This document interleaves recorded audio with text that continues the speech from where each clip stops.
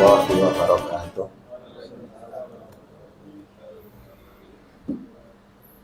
Alhamdulillahirabbil alamin wassalatu wassalamu ala asyrofil anbiya'i wal mursalin. Asyhadu an la ilaha illallah wa asyhadu anna Muhammadan abduhu wa rasuluh. Allahumma shalli ala sayyidina Muhammad wa ala alihi sayyidina Muhammad, amma ba'd.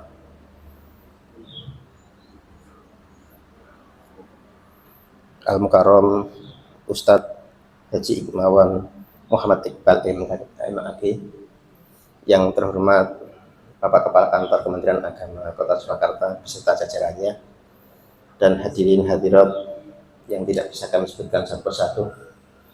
Pertama dan yang paling utama, marilah kita panjatkan puji syukur kehadirat Allah Subhanahu wa Ta'ala yang telah melimpahkan rahmat dan nikmatnya kepada kita semuanya, sehingga pada pagi hari ini kita bisa thalabul ilmi di majelis yang insya Allah diberkahi oleh Allah Subhanahu wa Ta'ala ini. Yang kedua kalinya, sholawat dan salam kita aturkan kepada junjungan kita Nabi Agung Muhammad Sallallahu Alaihi Wasallam yang telah membimbing kita dari alam jahiliyah kepada alam yang islamiyah dan ilmiah. Hadirin wal hadirat rahimakumullah. Pada kesempatan ini kita akan mengupas tuntas tentang keseimbangan hidup di dunia dan di akhirat. Jadi bagaimanapun juga kita hidup di dunia ini memang harus menjaga keseimbangan, karena memang di dunia ini ada dua unsur, jasmani dan rohani. Nah, ketika tidak ada keseimbangan, mesti nanti akan terjadi hal-hal yang tidak diinginkan.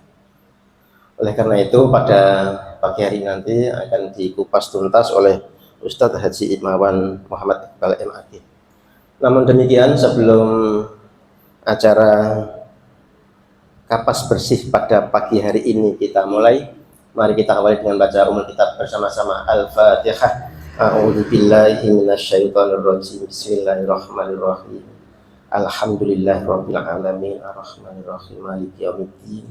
Iyyaka na'budu wa iyyaka nasta'in. Ihdinas siratal mustaqim. Shiratal ladzina an'amta 'alaihim ghairil maghdubi 'alaihim waladdallin. Amin. Terus selanjutnya kepada Ustadz Haji Imawan Muhammad Iqbal MAG, disilakan.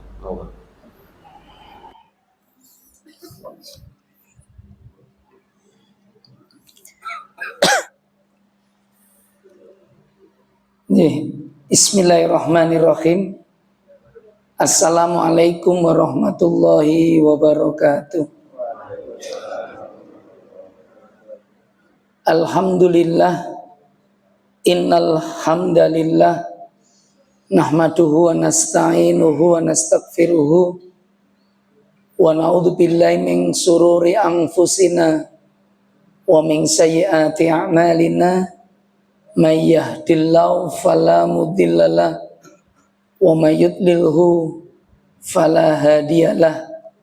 Asyhadu an la ilaha illallah wa asyhadu anna Muhammadan abduhu wa rasuluh. Allahumma sholli wa sallim ala Muhammad wa ala alihi wa ashabihi ajmain. Wa qala Allah ta'ala fi kitabihil karim, a'udzu billahi minasyaitonir rajim. Bismillahirrahmanirrahim. Ya ayyuhan nasu ubudu rabbakumul ladzi khalaqakum walladzina min qablikum la'allakum tattaqun. Wa fil ayatil ukhra syahrul ramadhan alladzi unzila fihil Qur'an hudal linnas wa bayyinatin minal huda wal furqan faman syahida minkumus syahra falyasum. Wa qala nabiyuna Muhammad sallallahu alaihi wasallam, taraktu fikum amrayni lang tadillu ma tamassaktum bihima, kitaballah wa sunnatan nabi sallallahu wa sadaqa Muhammad sallallahu alaihi wasallam. Alhamdulillah, pertama saya ingin ajak kita bersama untuk memanjatkan rasa syukur kehadirat Allah Ta'ala di hari ini, hari Jum'ah kedua di bulan Ramadan, bertepatan di hari yang ke-14 kita melaksanakan di antara kewajiban saat mendapatkan Ramadan dalam kehidupan kita. Ramadan itu nama bulan, salah satu di antara nama bulan yang hadir setiap tahun sekali. Dan kita sama paham dan mengerti Ramadan ini benar-benar bagian dari waktu dan momentum yang luar biasa untuk semuanya kira-kira menjadi baik, bagian dari upaya mentadaburi diri atas kehidupan. Karena memang serius tadi seperti yang disampaikan pembawa acara kita ini, kadang kita ini lupa bahwa hidup ini memang harus seimbang antara jasmani dan rohani. Keseimbangan antara urusan dunia dan wilayah-wilayah yang sifatnya akhirah. Kalau rohani, spiritual itu sering dihubungkan dengan akhirat kira-kira. Tapi yang sifatnya duniawi itu biasanya urusan-urusannya ya THR piro kira-kira gitu. Sangune piro gitu. Ya, perjalanan dinasnya dapat berapa gitu. Hitungan-hitungannya itu kira-kira. Melaksanakan proyek itu anggarannya berapa dan sebagainya. Ini memang menarik untuk bisa direnungkan karena memang saum itu salah satu ibadah yang ternyata Allah tetapkan di bulan Ramadan, yang mudah-mudahan kita pada sebuah titik puncak untuk bisa mendapatkan kemuliaan besar, untuk lebih memaknai hidup ini lebih baik. Kenapa dengan Ramadan? Ya tentunya waktulah yang nanti akan bisa kita pahami, karena kita ini sudah mungkin berkali-kali juga bertemu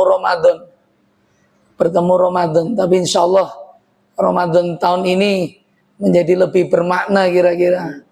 Ada kajian kapas yang saya diundang hadir. Dulu saya pernah hadir juga ya, kajiannya namanya apa? Kurma ya, ini diganti-ganti kurma, kapas, apa kulkas. Jadi saya 2 kali kelihatannya, yang ini yang kedua ini. Kalau kemarin di aula saya masih ingat, tapi saya pangling tadi masuk pertama kok di depan itu, tapi di sana banyak urusan haji dan umroh ya. Tapi diminta untuk merapat di masjid ini sekalian nawaitul iktikaf lillahi ta'ala. Mudah-mudahan aktivitas duduk-duduk di masjid ini menghasilkan sebuah perenungan besar, karena masjid itu tempat sujud, tempat di mana kita menjadi sangat dekat dengan Allah Subhanahu wa taala. Yang belum tepangaken tadi saya sudah disebutkan nama saya Ibmawan Muhammad Iqbal. Saya lebih senang penyebutan tanpa gelar, karena kalau gelar itu rotok bahaya kira-kira. MAG itu Master Alam Gaib kira-kira, itu kan saya nggak begitu punya kekuatan untuk menjelaskan tentang itu. Tetapi inilah salah satu yang kemudian ya dijuluki, saya udah namanya Ibmawan Muhammad Iqbal saja. Saya kebetulan dosen ya, NIDN saya di Sekolah Tinggi Ilmu Quran di Eskarima. Ya baru 6 tahun ini berjalan ketika mereka butuh akreditasi, dan sekarang ya setiap pekan sekali ya harus naik ke atas kira-kira. Salah satu mata kuliah yang memang wajib saya ampu sebagai prodi yang ada di sana itu adalah Ulumul Quran. Jadi kajian tentang tafsir, yang itu memang bidang kajian keilmuan kami. Kebetulan oleh Allah saya juga dilibatkan lebih lama jadi dosen, tapi hari ini saya minta resign karena kesibukan yang jadi agak luar biasa di awal tahun ini. Itu adalah di dosen di Universitas Islam Raden Mas Said. Yaitu satu lifting dengan Ustadz Musta'in, ini sering diminta ngisi di sini.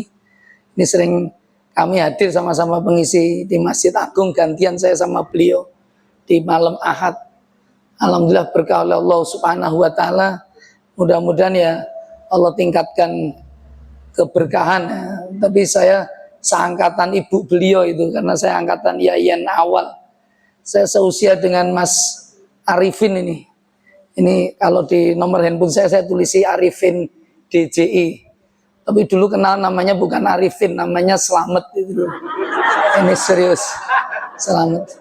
Saya masih ingat betul ketika awal masuk, karena dulu TK-nya sama saya panggilannya Slamet, Slamet, Slamet itu. Itu ketika kelas 1 SD Jamatul Ikhwan, itu ayahanda beliau ini. Saya juga lekat karena dekat tinggalnya di Cemani di An-Nahl. Itu membisiki sama Pak Slamet nih, bapaknya ini dekat dengan saya. Kowe kon jenengmu ning kene jadi Arifin ya. Jadi saya yang pertama kali diberitahu juga bahwa nama dia itu sebenarnya bukan Slamet tapi Arifin. Untuk sejarahnya silahkan di cross recheck sendiri saja itu. Saya tidak ingin sampaikan apa-apa, tapi ini kebaikan. Jadi cukup akrab saya sama beliau sampai kelas 6 SD kira-kira gitu. Ini berkahnya, bedanya ya kalau Slamet itu pernah ada yang jadi wali kota, dia belum saja kira-kira gitu. Apa karena dirubah jadi Arifin itu jadi tidak jadi wali kota gitu. Barakallah. Ini nostalgia karena yang mengundang Mas Arifin. Ini satu seangkatan dan alhamdulillah saya punya 5 putra dan sekarang ya agak kesibukannya rodok temen, makanya suaranya orang mari-mari bukan pikiran abot pikir. Itu saya kebetulan dapat amanah ya diutus oleh Yayasan Iskarima itu sebagai upaya untuk bisa berada di salah satu institusi perguruan tinggi Islam Kota Surakarta. Ya ada kaitannya namanya Universitas Islam Batik. Jadi saya kira untuk sampenan jadi rektor. Tapi tugas utama saya sebenarnya adalah dai. Saya pengajar Quran, saya guru ngaji. Jadi kalau nanti insya Allah mudah-mudahan kami akan membuka prodi magister untuk sainsnya, salah satunya nanti ilmu manajemen pendidikan agama Islam. Insya Allah minta doanya semester depan ini sudah mulai buka ini. Kalau S2-nya cukup ini sekalian iklan, nggak masalah ya di masjid ya Bapak. Karena ini juga iklan keilmuan, minat dulu mati ilan nur. Kita ingin berusaha untuk warga ini semakin pandai, semakin cerdas. Jadi S2-nya insya Allah ya kita diampu oleh orang-orang yang memang ya kapabel. Saya bisa bangga karena salah satu alumni kami itu sekarang jadi Panglima TNI, Pak Agus Subianto itu. Jadi yang itu paskanya ya sama. Tapi kalau ini nanti ya mudah-mudahan kalau Anda kuliah saya doakan jadi Menteri Agama kira-kira gitulah. Mudah-mudahan Allah kasih keberkahan dan kebaikan bersama. Ini saya juga ngelola pondok pesantren Bapak-bapak, itu Insan Qurani 14 tahun yang lalu itu beranak pinak. Ini jadi kenalan nanti biar dimudahkan urusannya. Nah, urusan sama Kemenak kira-kira gitu. Tapi lokasinya di Sukoharjo, di Waru, di Mbaki. Itu alhamdulillah khusus tahfidzul Quran ya, 2 tahun yang alhamdulillah ya, semuanya gratis. Ini berkah oleh Allah dan kita memang mencari, kita meguru karena saya dulu kecilnya belajar di pesantren Al-Qurani ya, namanya Insan Qurani itu ya, dekat-dekat lah dulu. Mudah-mudahan kasih nilai keberkahan bersama. Dan kalau di Insan Qurani ini memang kita mengkhususkan untuk yang kepengen ngambil sanad. Dan alhamdulillah berkah, kemudian beranak pinak, ada kutab, kemudian ada Darut Taqwa. Ini Darut Taqwa itu setingkat SMP SMA dan salah satu kantor pusatnya dekat dengan kantor Kemenak ini ya, di Sumber. Nah, di Sumber depan Balai Kambang itu masih Sumber juga itu. Oleh Allah Ta'ala itu ada lahan wakaf 4 tahun yang lalu dipasrahkan ke kami, dulu panti asuhan yatim, kita rubah juga sekarang jadi pondok tahfidz dan berkembang biak. Sekarang ada 7 asrama, kami menghuni rumah-rumah angker di sekitar kota Solo. Jadi kalau nanti ada rumah angker yang tidak diisi, bisa dilaporkan Pak Arifin, mudah-mudahan kami bisa survei. Kalau nyaman, ya mudah-mudahan gitu. Kadang-kadang ya ada kontrak juga, Ustadz, iki angker nih tak jenengan gaya pesantren Quran ku nek didol jenengan lunga loh, kadang-kadang gitu. Rada nganyel gitu kadang-kadang. Tapi karena tempatnya besar, nyaman, ya saya tempati juga. Tapi ya tak dongake cepet payu gitu. Kalau memang enak ya mudah-mudahan tak tuku gitu. Itu di mana-mana kita. Tempatnya bagus-bagus, tempatnya strategis yang insya Allah ya ini setingkat SMP dan SMA. Kalau ini ada Darut Taqwa namanya.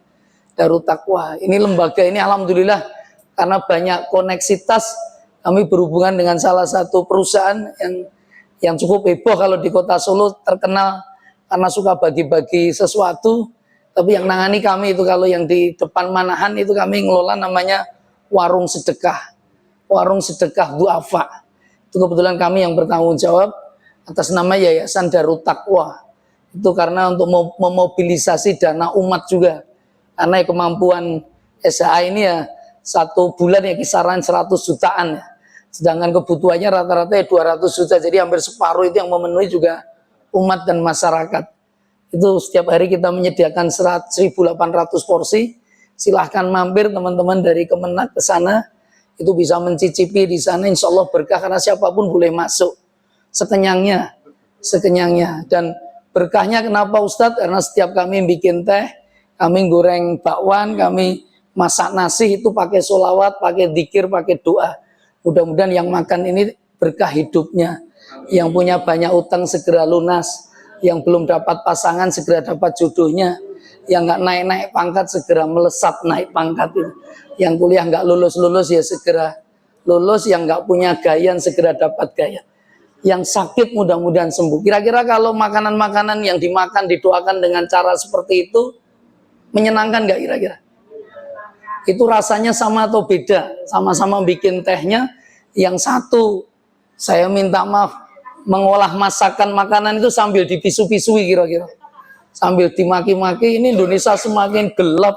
Terus pemimpinnya dora cetok kabeh, korupsi di mana-mana itu sambil wirite ngoten niku beda napa padha niku rasane makanan. Makanya ibu-ibu hati-hati kenapa kok suami jenengan hobi ini ngeteh di tonggo itu karena tehnya tonggo kuwi donga wirite kuat kira-kira gitu. Cara merubah anak pendidikan paling mudah itu melalui wasilah makanan ibu. Itu serius ini. Serius ini. Kami sudah mempraktekkan berkali-kali. Jadi kalau kita punya anak yang rodok bermasalah, itu makanan minuman yang Anda sajikan itu harus dengan doa. Doa baik. Suami sing rodok nakal-nakal ya dingonoke insyaallah ndak mari insyaallah. Insyaallah ojo malah mbok nek-nek sambil ngeluh. Nah, itu malah nggak banyak makan di rumah nanti kira-kira seperti itu. Nah, ini salah satu contoh. Nek mboten percaya mangsta dibanding teng mriko. Ini kasih berkah saja, jadi berkah semua. Dan warung sedekah duafa itu bukan kami yang ngasih sedekah mereka, tapi duafa ini yang dengan ketulusan doakan. Makan jenengan boleh makan sepuasnya. Nih ojo lali nek iso yang nggo gula raketang 5 kilo, nggo beras raketang 5 kilo dalam rangka kebersamaan. Bawa minyak. Rang duwe apa-apa Ustaz ya, minimal ya sak jam melu isah-isah neng kono karena di sana dilayani betul. Itu berkah. Atau membawa pakaian pantas pakai. Yang hari ini mungkin lemari jenengan semakin bertambah karena pakaian Anda bertambah dan Anda tidak pernah berpikir ini mau dibuang kemana kira-kira. Di tempat kami itu sangat kita terima dengan sangat antusias. Kami masukkan lagi ke kita punya laundry yang temen ini yang ngelola dengan gratis, hanya minta uang sabun sama plastiknya kira-kira gitu. Itu di laundry dan seperti asli. Dan hari ini banyak yang sudah request, ada yang kudung nggak itu. Karena dulu yang masuk di sana itu macem-macem. Tapi alhamdulillah begitu sering kami dengarkan lagu Ingat Mati, Ingat Dosa, itu yang you can see ya, sekarang rodok tertutup. Kudungnya ya dinggo waktu mau masuk warung gitu. Nggak apa-apa. Karena hampir setiap tahun alhamdulillah 2-3 orang bersahadat. Apalagi kalau hari ini buka puasa lebih banyak door prize-nya, hadiah-hadiah dari sedekah macam-macam itu dikasihkan. Itu yang belum, mudah-mudahan saya tunggu nanti dari Kemenak ada sedekah umrohnya kira-kira untuk itu.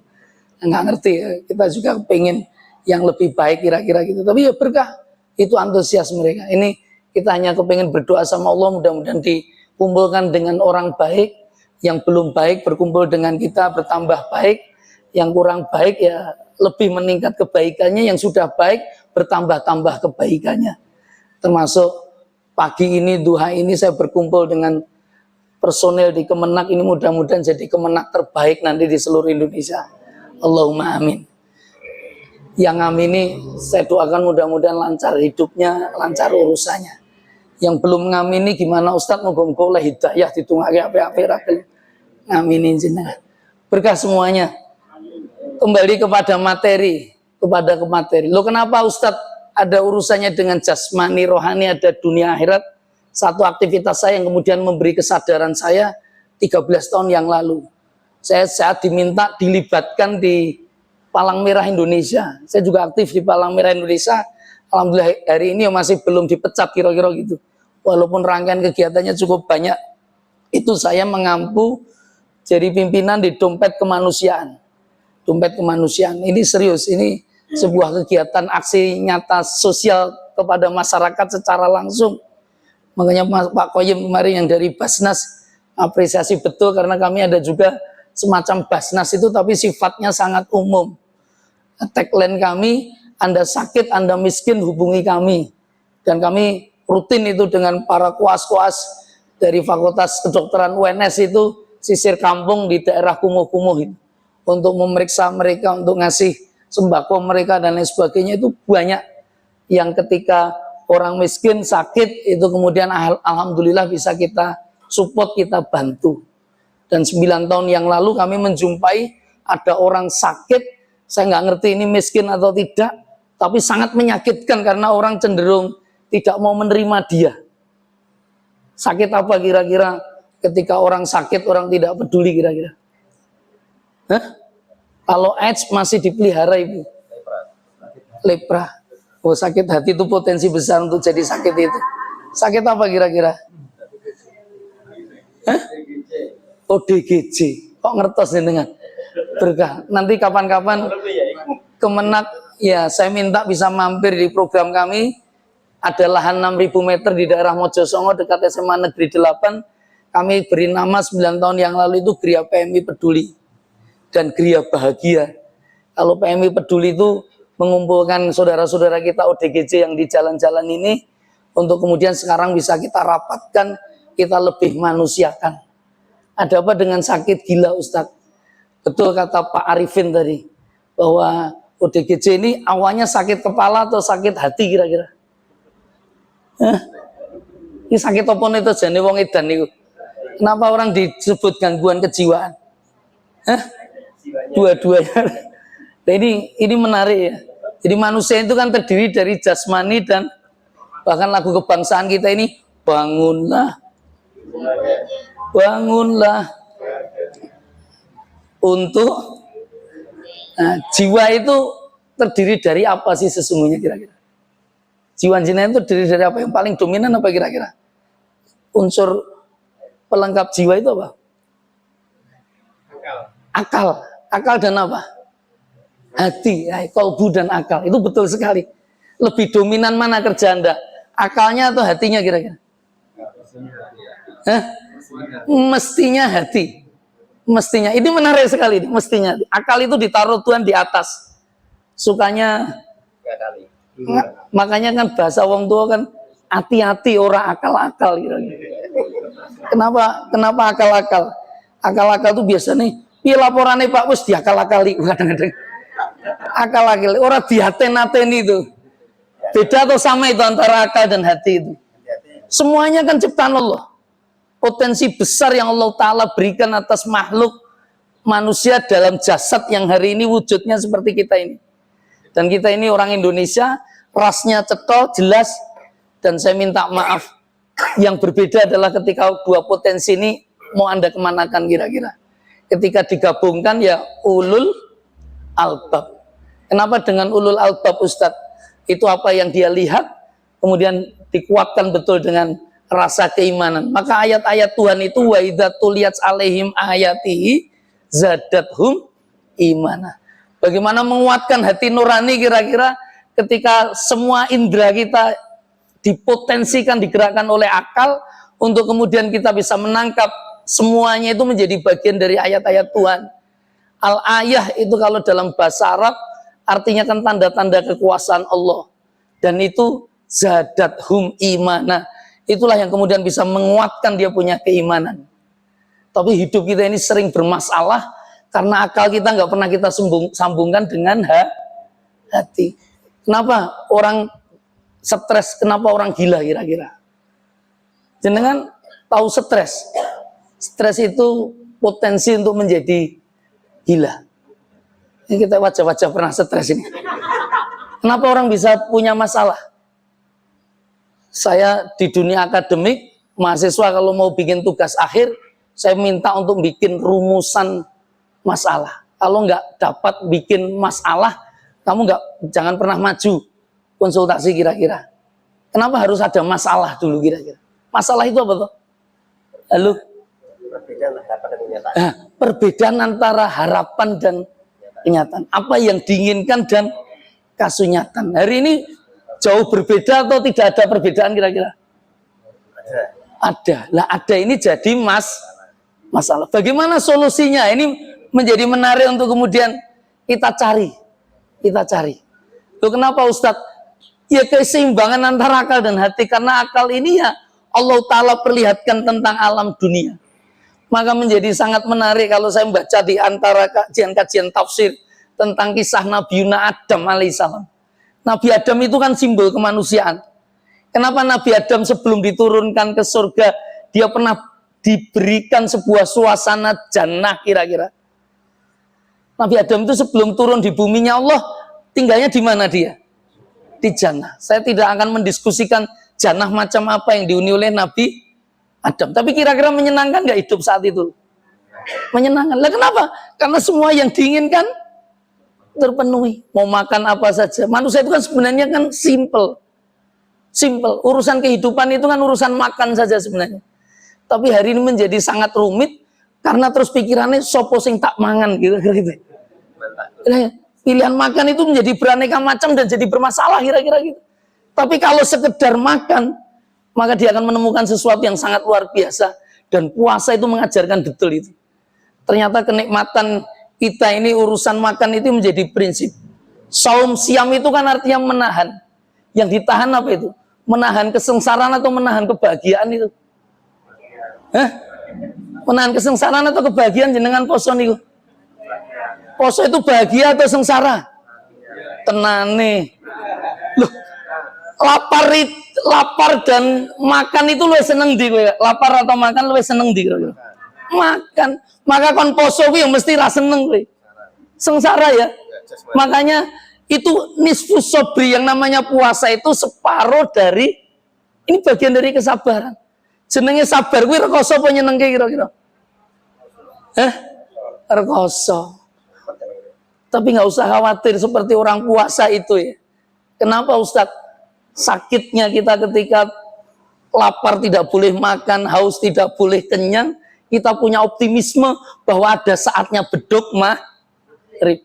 Maka saya percaya betul umat Islam itu sangat tepat waktu, utamanya nek pas buka, kira-kira gitu.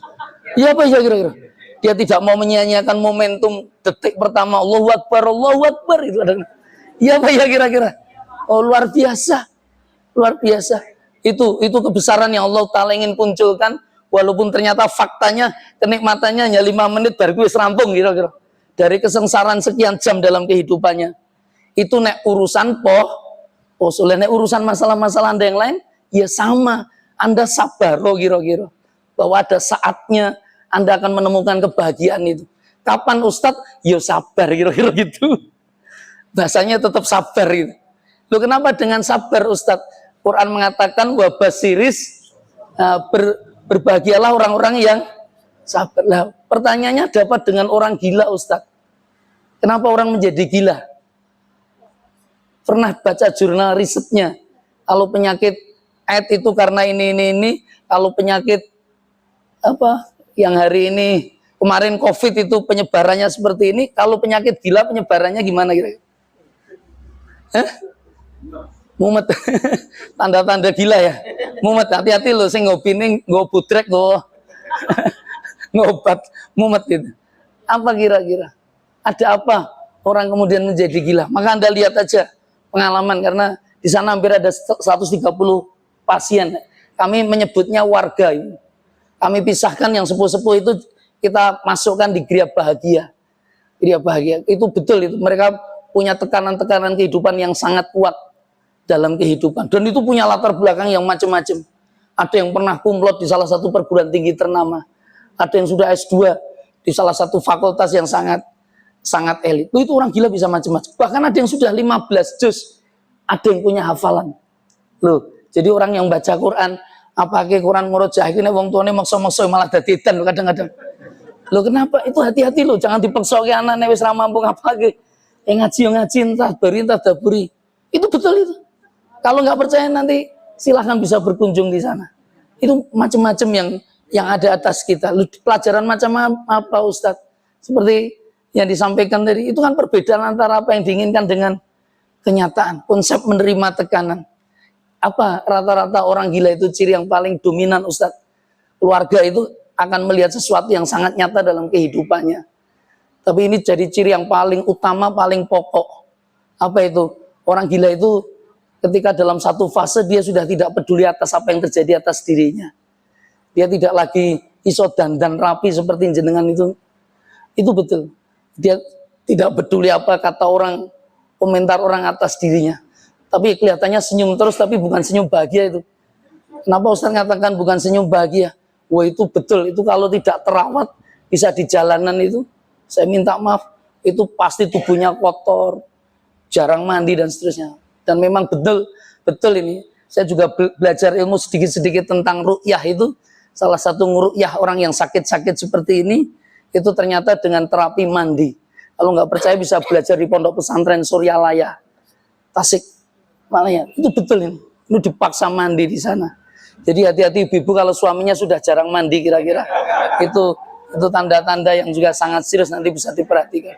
Jadi terapi kebersihan, Anda boleh sepakat tidak, tapi saya punya keyakinan memang at-tahur, kebersihan itu adalah minal iman, itu bagian dari keimanan. Maka umat Islam itu sedikit-sedikit kena air, sedikit-sedikit kena air. Apalagi terapi hujan-hujan, itu kuat sekali. Air hujan dari atas. Jadi kalau hujan-hujan ono sing wedi metu ya bahaya, jangan-jangan jine akeh itu punya potensi jiwanya. Itu makanya kalau hujan-hujan wis udan-udan nawa itu mudah-mudahan penyakitnya do hilang kabeh, mudah-mudahan jin-jin itu hilang semua itu. Itu kita bisa bugar, bisa segar. Yang kedua Pak Ustadz, salah satunya juga cara mode dia makan. Perhatikan orang gila itu. Atas apa yang dia lakukan, atas apa yang dia kerjakan. Makanya orang gila itu bagaimana Ustadz? Yang pertama, saya minta maaf, itu makannya banyak. Jadi hati-hati juga kalau yang makannya banyak itu. Kenapa makannya banyak Ustadz? Oh itulah yang di awal-awal ketika Geria PMI Peduli itu berdiri, karena waktu itu nggak ada support dari pemerintah. Memang yang menanamkan batu pertama itu ya waktu itu menteri, siapa itu yang menteri sosial yang dari PKS itu dulu siapa? Ada Salim Segaf, itu makanya terus jalannya bersyukur kita jadi besar itu di daerah Sumbing Raya itu. Tapi habis itu nggak ada dana dari pemerintah. Mungkin baru setahun 2 tahun yang dari provinsi itu kadang-kadang ngedrop untuk panti-panti karena kita diminta didaftarkan jadi panti. Awalnya enggak. Kita betul-betul ya dari masyarakat untuk masyarakat. Nah, itu sempat ada keprihatinan yang sangat besar. Ustadz ini karena makannya banyak, caranya agar ada solusi kira-kira. Nah solusinya apa? Ini pas Ramadan gimana kalau diajari poso? Karena teori yang mereka pegang sumutasihu kue poso mari. Tapi di ayat Al-Quran kan ada orang yang boleh tidak puasa nek sakit. Ini sakitnya sakit apa kira-kira? Lah nek sakit dan kue oleh poso pura kira-kira. Nah kalau dalam teori agama orang gila itu posisinya kan ghairu mukallaf. Dia tidak dikatakan akil walaupun sudah balik kira-kira seperti itu. Ya Pak ya? Posisi dia boleh puasa enggak? Kalau tempat saya enggak, tapi kalau jenengan mau coba-coba dilatih poso, lah karena dalam rangka rumangsane nek poso kuwi ngirit itu. Tapi ibu-ibu nek pas Ramadan apa do ngirit kira-kira? Malah tambah boros kira-kira. Tapi ya upaya agar mereka bisa menahan lapar atau dengan menu-menu yang sedikit dan sebentar. Tapi saya bilang kalau bisa dikonsultasikan dengan pihak yang lebih paham, itu adalah dokter jiwa. Karena kebetulan kami ada kerjasama setiap Jumat pagi itu residen-residen Fakultas Kedokteran yang ada di mana di Muardi, Rumah Sakit Muardi itu rutin di tempat kami. Dan betul itu akhirnya mereka mengkonsultasikan dengan salah satu profesor mereka, menyerahkan kepada saya satu riset juga tentang hasil bahwa ternyata ada sebuah catatan penting tentang orang gila. Apa Ustadz? Orang gila itu nggak boleh lapar Ustadz. Kenapa orang gila nggak boleh lapar kira-kira? Ngamuk kok jenengan ngertos. Itu betul, tidak hanya orang gila. Tidak hanya orang gila. Orang waras kuwi nek luweh Ngamuk. Loh, serius atau tidak? Tapi kan yang sangat menarik, kenapa orang berpuasa lapar tidak ngamuk dia? Itu ciri orang bertakwa itu apa? Wal kadiminal. Loh, ketemu tuh nih. Orang yang bisa menahan amarah. Jadi wong marah-marah itu potensi gilanya kuat loh ibu.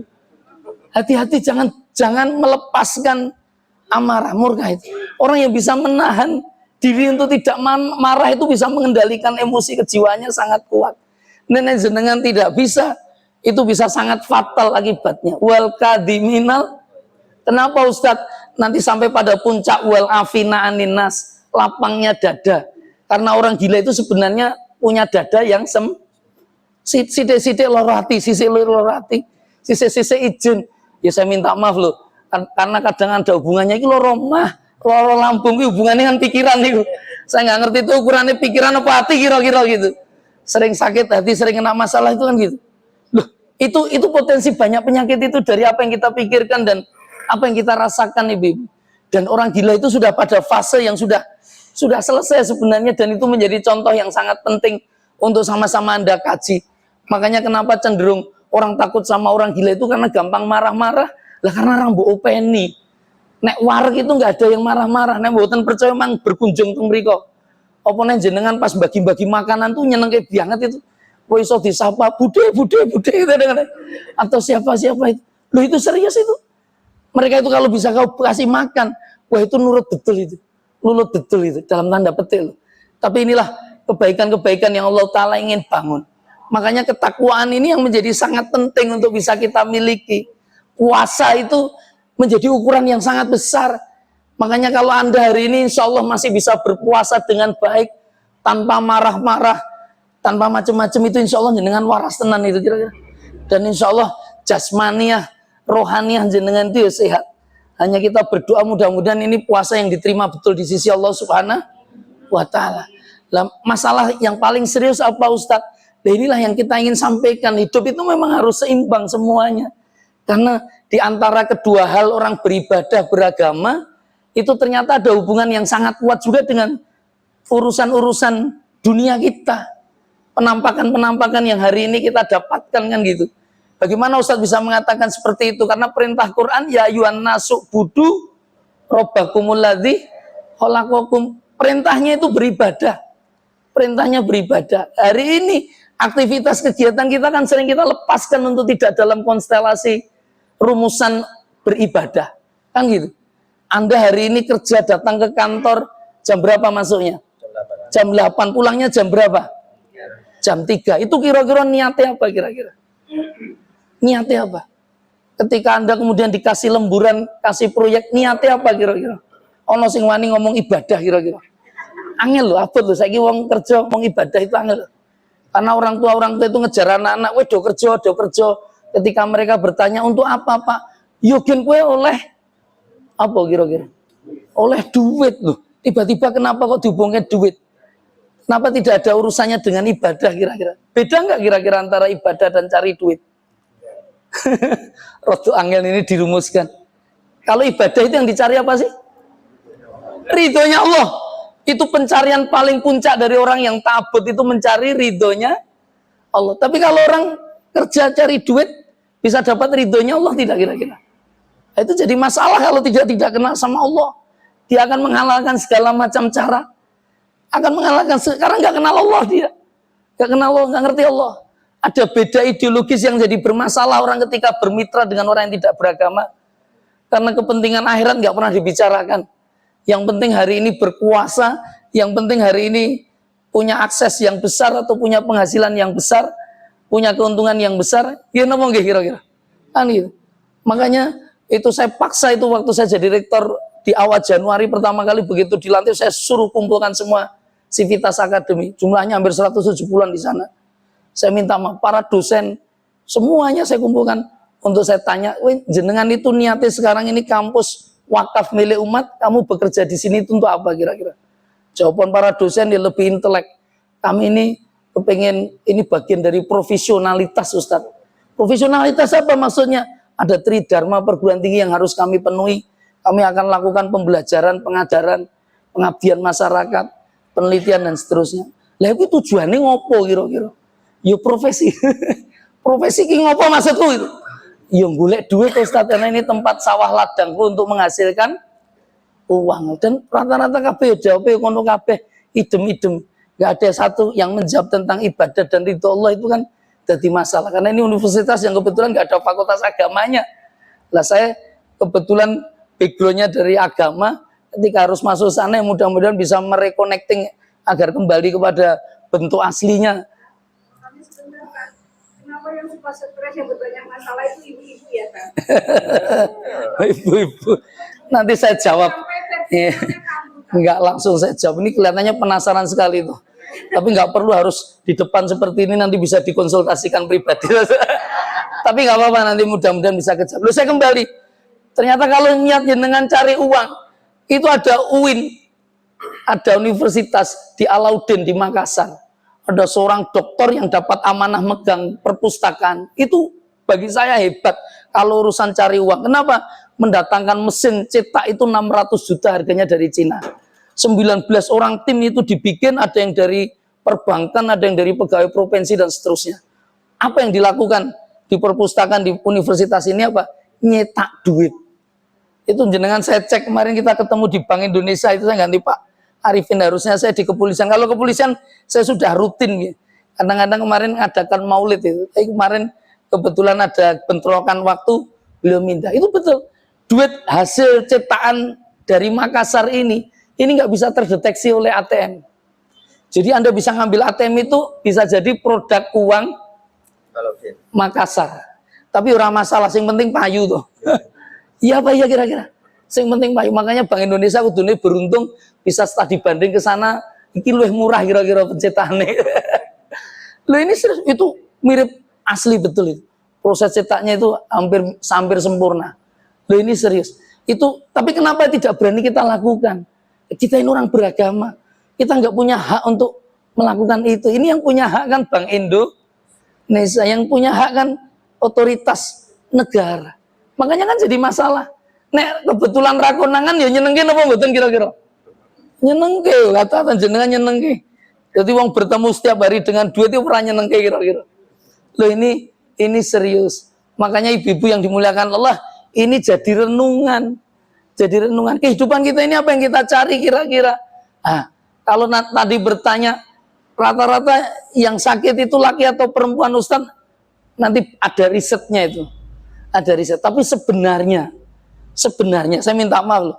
Itu kalau Anda mengasumsikan banyak perempuan yang kemudian sampai pada tingkat sakit jiwa yang berat, itu sebenarnya bukan perempuan malah, kebanyakan laki-laki. Perempuan itu lebih kuat ketika harus menahan. Dan rata-rata memang makanya wong wedok iki kudu omongane akeh. Cerigis. Kenapa cerigis? Karena itu mengeluarkan unek, tapi tidak dengan laki-laki. Laki-laki ditahan baru terus jebol kira-kira ngoten. Itu. Makanya cerigisnya apa ya? Bentuk yang paling ideal. Saya minta maaf kalau saya punya saran itu dengan tilawah Al-Quran. Itu bisa ngasih solusi atas semua urusan kita. Saya punya keluarga, saya punya istri, saya punya anak, dan seterusnya. Kalau punya masalah, saya ingin menangani masalah bersama, tak tadarusik rakitang 15 menit. Hari ini kampus saya, kabeh do ngakoni, itu betul.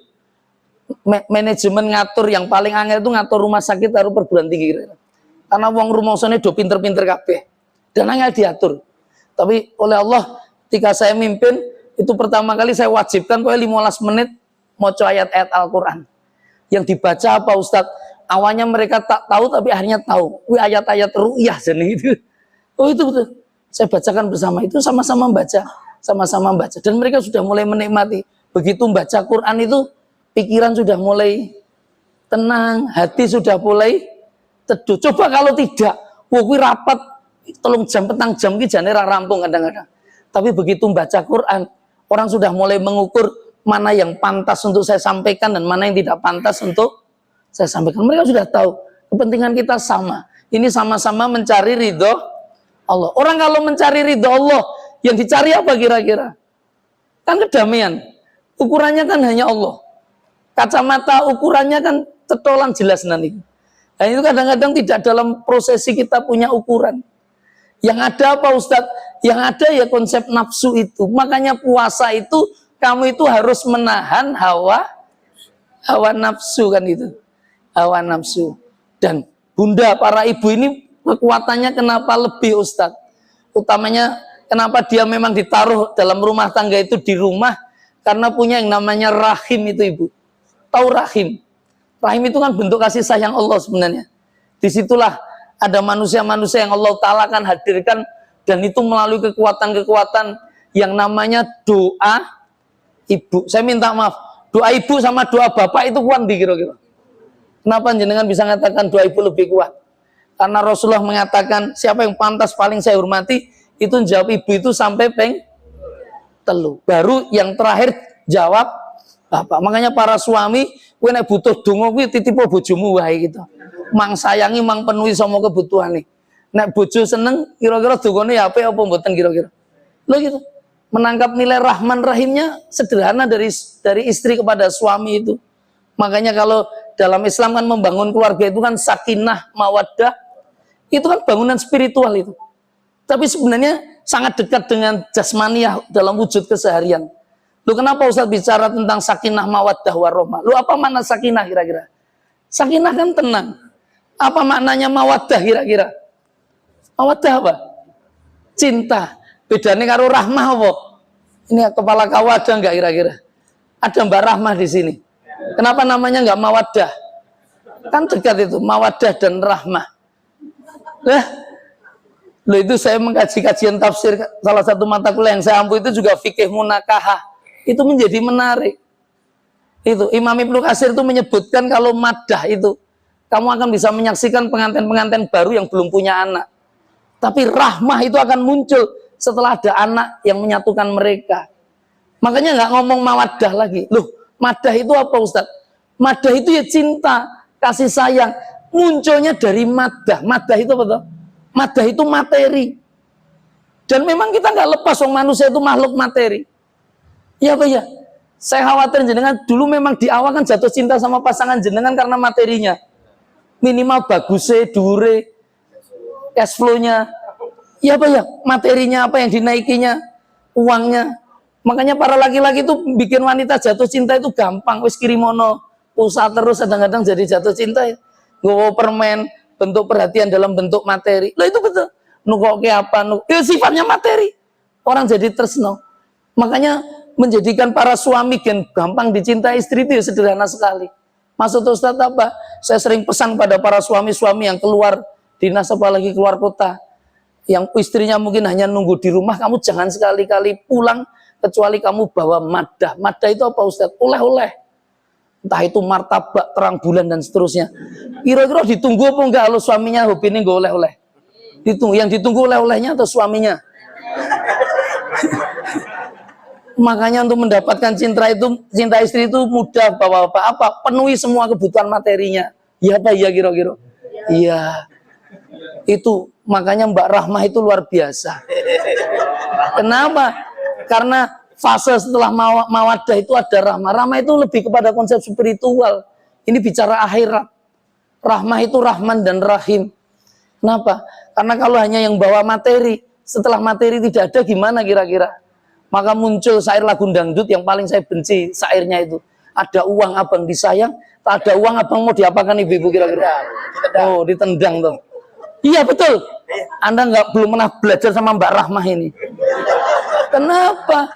Itu abang nggak punya uang, dia tetap Rahmah, namanya nggak ganti. Nggak ganti pemain sepak bola kira-kira yang hobinya nendang-nendang. Iya Pak ya? Kamu tetap Rahmah ketika suami nggak punya uang.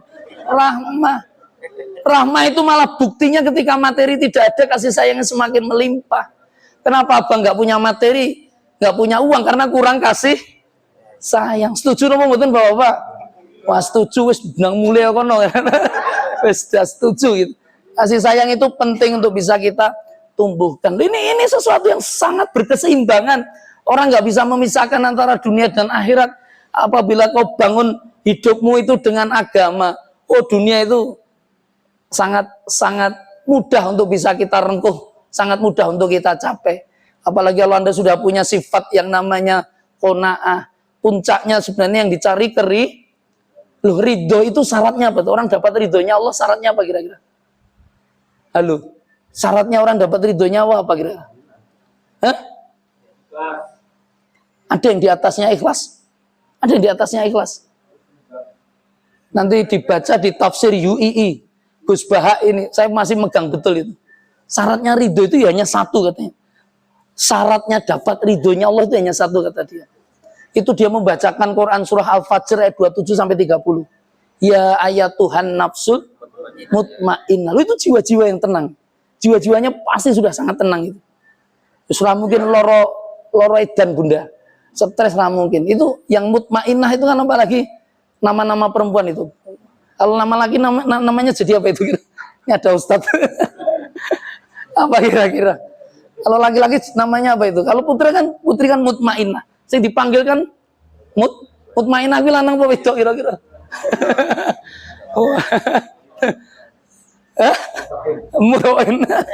Mutmainnah. Kalau lanang mutmainnah itu dipanggil Quran ini mutmainnah loh. Irji'i ila rabbiki. Lah, kata kuncinya kan rodiyatam mardiyah. Lu itu mardiyah itu kan orang yang dapat ridhonya Allah.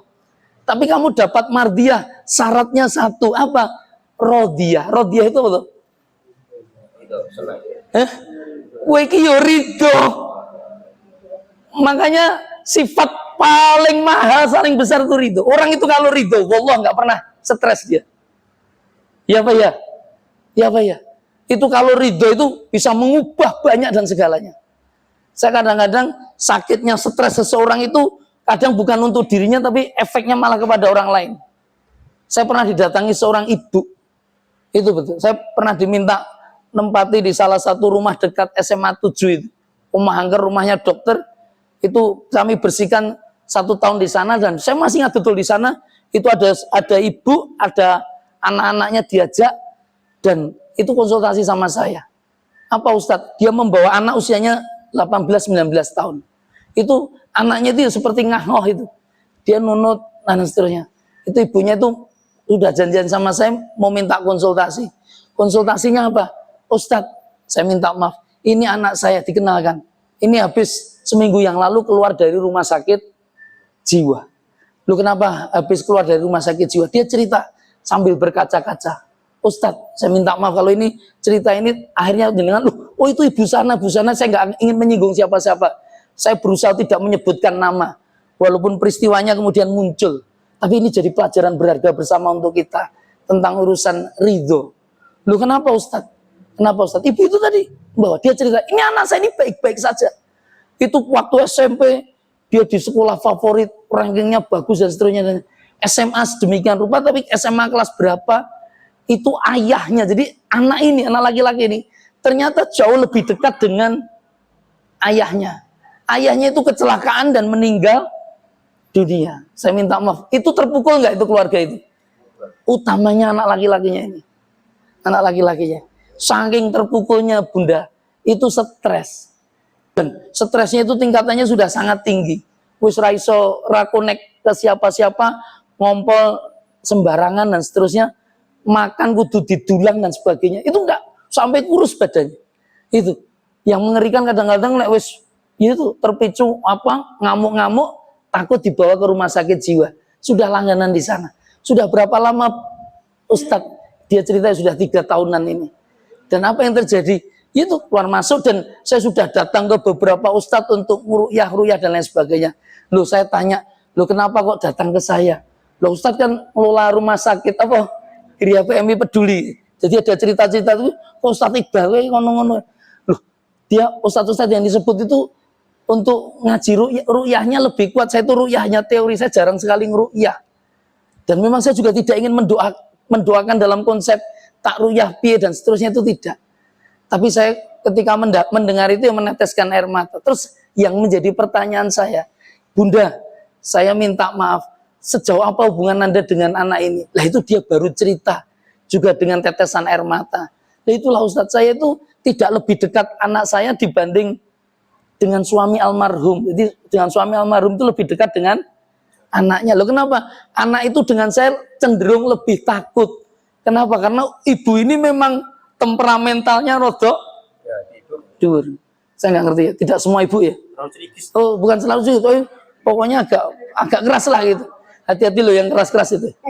Itu betul. Keras-keras itu ternyata ada efeknya loh. Korbannya bisa naik, bisa bawaannya loh kadang-kadang gitu. Hati-hati. Atau rekan kerjanya nanti. Loh, ini kayak gitu. Itu. Nah, terus gimana Ustadz? Saya mencoba untuk membahas dan jenengan saya sudah tempuh secara dunia. Lah, ru'yah itu kan dari sisi doa. Dan itu dia nggak salah. Memang menurut Imam Ibnu Qayyim al-Jauziyah dalam kitabnya Ad-Da'u wad-Dawa, bagaimana tentang penyakit dan bagaimana cara terapi terbaiknya. Itu ternyata terapi terbaik dari penyakit paling mengerikan itu apa kira-kira? Itu penyakit hati, betul Pak Arifin. Penyakit hati itu paling mengerikan. Orang itu kalau sudah kena penyakit hati, wah itu fi qulubihim, sampai Quran menyebutkan penyakitnya itu. Itu saking bahayanya. Urusannya apa Ustadz? Nah inilah yang saya ingin bicarakan, saya ingin beritahukan. Ru'yah itu kan doa. Memang doalah yang kemudian bisa menjadi solusi. Karena yang namanya sakit itu semuanya titipan Allah. Ya Pak ya? Atas izin Allah tidak kira-kira?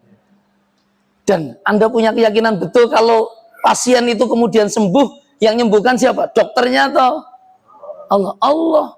Makanya doa itu sesuatu yang cerdas dan pintas kira-kira.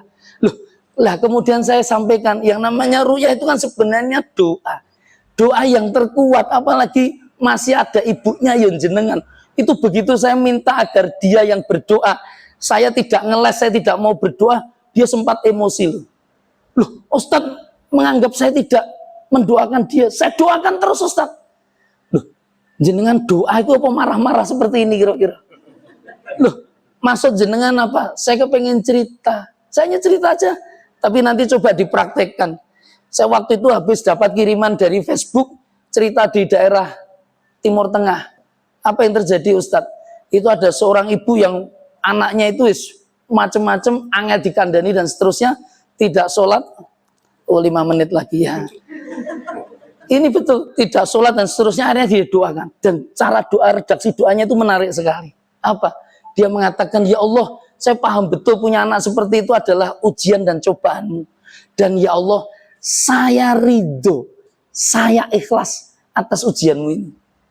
Atas ujianmu itu saya ikhlas. Maka dengan keridoan saya atas keberadaan anak saya ini, ridhollah fi ridhol, saya minta ridhomu terhadap anak saya, agar anak saya dibikin menjadi lebih baik dan mendapat bimbingan hidayahmu. Itu betul. Itu dia lakukan dengan doa-doa yang baik. Habis itu apa? Tiba-tiba anak ini nelpon sama dia, Bu, saya apa? Ketika ditelepon, kamu posisi di mana? Ini saya sedang mau masuk ke masjid, mau sholat. Oh, sebelumnya anaknya nggak pernah sholat. Loh, maksud Ustaz apa? Ya nangis di hadapan Allah. Ibunya masih tanya lagi, loh saya tuh yang nangis, kerap nangis. Nangis di waktu malam, di sujud-sujud. Dengan apa? Sampaikan di hadapan Allah. Saya ridho dengan ujian ini. Ditinggal mati suami, punya anak seperti ini yang ngompol di mana-mana, saya ikhlas, saya ridho. Maka ya Allah, dengan ridho saya atas ujianmu ini, saya minta turunnya keridhoanmu agar anak saya menjadi baik. Ibu ini masih tetap ngeyel, sampai berapa lama Ustaz? Sampai berapa lama barang? Dokter ngasih resep piro-piro. Saya waktu itu yang jawab sembarangan aja, 40 dino, orang mandek nek jenengan kita wis rahat kira-kira gitu. Dan apa yang terjadi? Itu belum ada 7 hari. Ini kisahnya nyata. Waktu itu handphonenya masih handphone merah Nokia, itu nggak bisa WA. Hanya SMS sama telepon. Saya mau ngajar masuk kelas, saya masih ingat betul. Tiba-tiba ibu itu hari keempat atau itu nelpon saya sambil menangis di sana. Ya betul Ustadz.